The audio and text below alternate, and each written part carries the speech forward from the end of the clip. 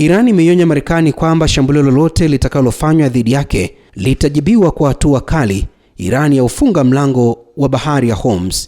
Kauli ya Iran iliyotolewa leo na msemaji wa Wizara ya Mambo ya Kigeni Ismail Baghei aliyefanya mkutano na waandishi wa habari mjini Tehran ilikuwa ikijibu kitisho kilichotolewa na Rais wa Marekani Donald Trump kwamba Marekani itafanya mashambulio madogo ikiwa Tehran haitofikia makubaliano kuhusu mpango wake wa nyuklia. Aidha, kauli ya Iran imetolewa wakati yakifanyika pia maandamano mapya ya wanafunzi ya kupinga serikali mjini Tehran. Mazungumzo ya Iran na Marekani yanatarajiwa kufanyika Alhamisi licha hofu ya mashambulizi. Kauli za vitisho vya Marekani na msimamo uliotangazwa na Iran yote yanashuhudiwa wakati pande zote zikitarajiwa kurudi kwenye meza mazungumzo siku ya Alhamisi mjini Geneva chini ya usimamizi wa Oman. Watu 6 wanaofahamu mazungumzo hayo waliambia shirika la habari la Reuters kwamba Iran imefikia makubaliano ya kununua makombora ya meli za kivita kutoka China, huku Marekani ikituma vikosi vya majini karibu na Iran kabla mashambulizi yanayowezekana. Makubaliano ya makombora ya CM-302 yaliyotengenezwa China